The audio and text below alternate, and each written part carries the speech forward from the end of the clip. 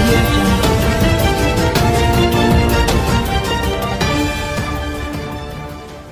చంద్రబాబు గారు చేసిందంతా చేసి తెలంగాణకి అనుకూలంగా లేఖనిచ్చేసి ఆఖరికి రాజశేఖర రెడ్డి గారు విభజనకు కారణమని చెబుతున్నారు.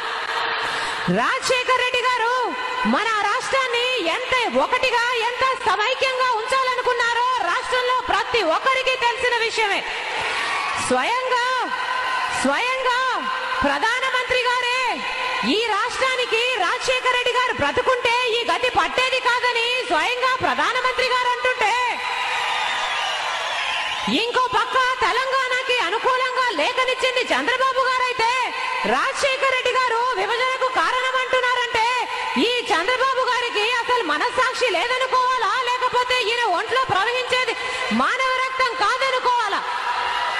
రాజశేఖర రెడ్డి గారు తెలంగాణకు వ్యతిరేకి కాదు, తెలంగాణ ఏర్పాటుకు వ్యతిరేకి కాదు. 2000 సంవత్సరంలోనే రాజశేఖర రెడ్డి గారు 41 ఎమ్మెల్యేలతో మెమరాండం తయారు చేసి ప్రత్యేక రాష్ట్రం అవసరము అని చెప్పిన నాయకుడు వైఎస్ఆర్ గారు.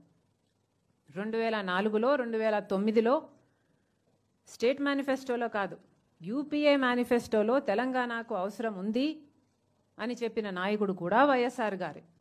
రాజశేఖర రెడ్డి గారు తెలంగాణ ప్రజలను తన గుండెల్లో పెట్టుకొని చూసుకున్నాడు. రాజశేఖర రెడ్డి గారు మాటికి తెలంగాణకు వ్యతిరేకి కాదు కాదు కాదు. ఏంటండి, వీడియో నచ్చిందా? అయితే ఓ లైక్ వేసుకోండి, లేదంటే ఓ కామెంట్ చేయండి. ఎప్పటికప్పుడు మా వీడియోస్ చూడాలంటే సబ్స్క్రైబ్ చేసుకోండి.